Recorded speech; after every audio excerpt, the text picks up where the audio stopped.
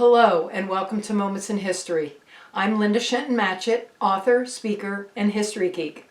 While researching my stories, I unearthed tons of intriguing historical information that does not end up in my books. So I've created this channel to share these tidbits with you, and I really appreciate you stopping by to watch. As mentioned in my last Moments in History episode, I had the pleasure of attending the 1982 World's Fair in Knoxville, Tennessee. The experience gave me an inkling of the excitement for those who went to the 1876 Philadelphia Centennial Exposition, the setting for Maeve's Pledge that released last month. Further research led me to the 1893 Columbian Exposition, held to commemorate the 400th anniversary of Christopher Columbus's discovery of the New World. Like at the 1876 event, the women were relegated to a pavilion of their own in 1893.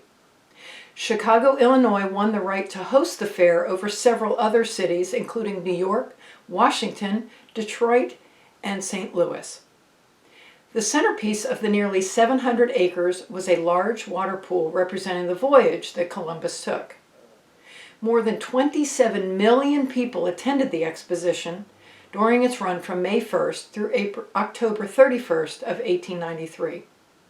Several sources comment that the event exceeded other fairs in grandeur, one going so far as to say it was a simple symbol of, quote, emerging American exceptionalism, the same way the 1892 Great Exhibition in England became a symbol of Victorian-era United Kingdom. Chicago was proud of its ability to hold the show, having suffered the Great Chicago Fire more than 2 decades prior.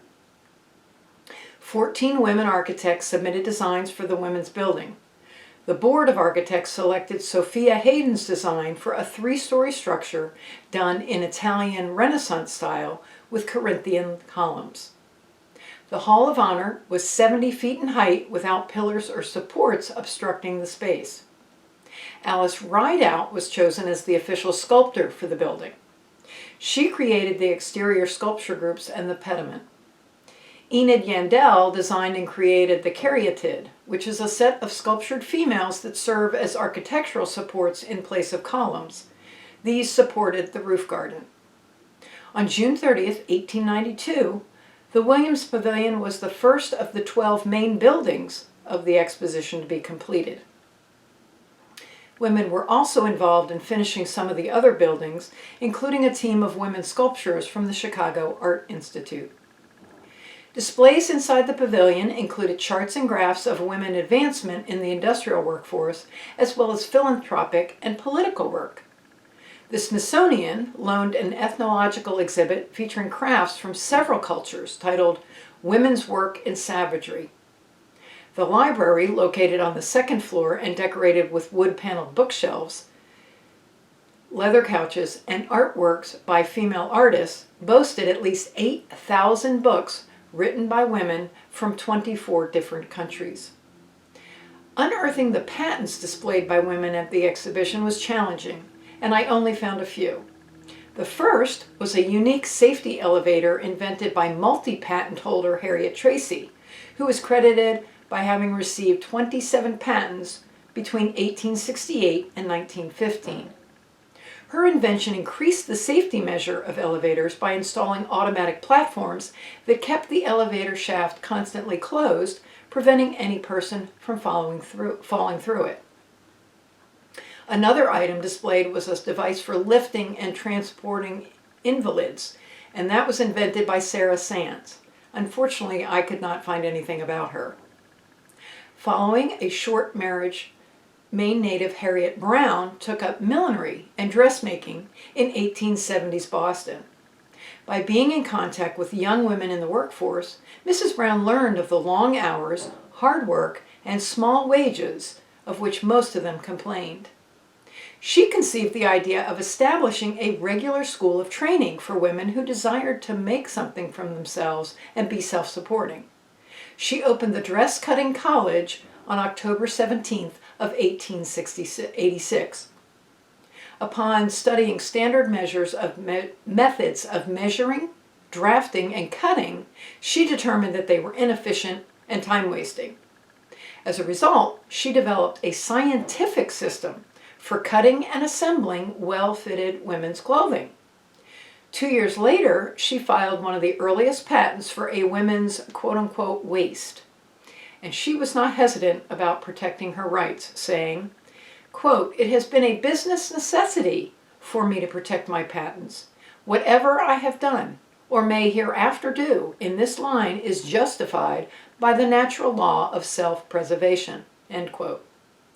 She exhibited her system at the World's Columbian Exposition in 1893, where she took the first medal, validating her methods.